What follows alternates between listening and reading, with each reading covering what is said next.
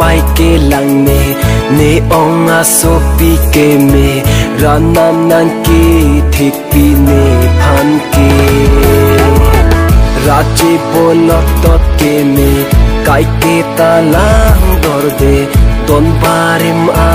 che the nang pe ne don barim pa plut ple lo ne ke so sua besita me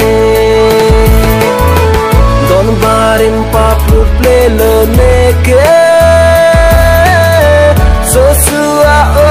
besita me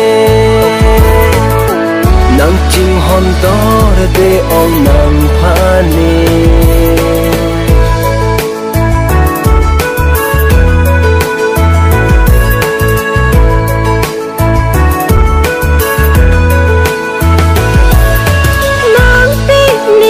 Chitong ki itum ko pai ke min do ver tu nang ne du kai ke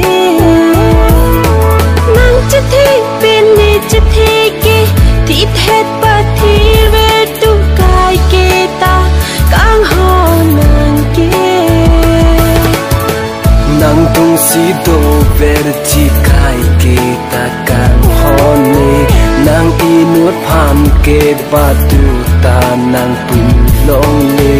ne pe nan par pa tu ta nang pa pho long le nang pha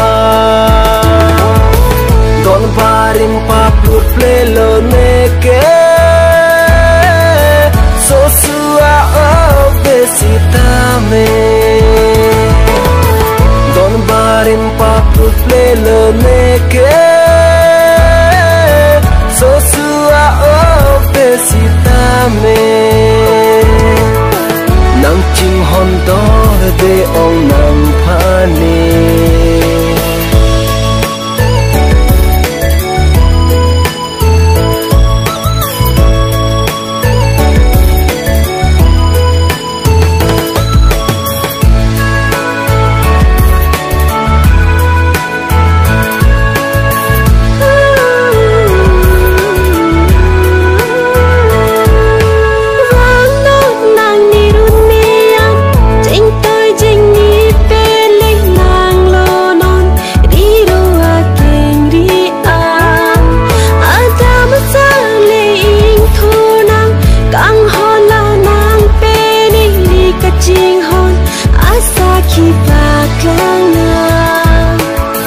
nang lo chi kang hon ne nang run me a long an pi chi hor bom hor the nang biru a ken ri an jeng toy jeng ni pen wang chi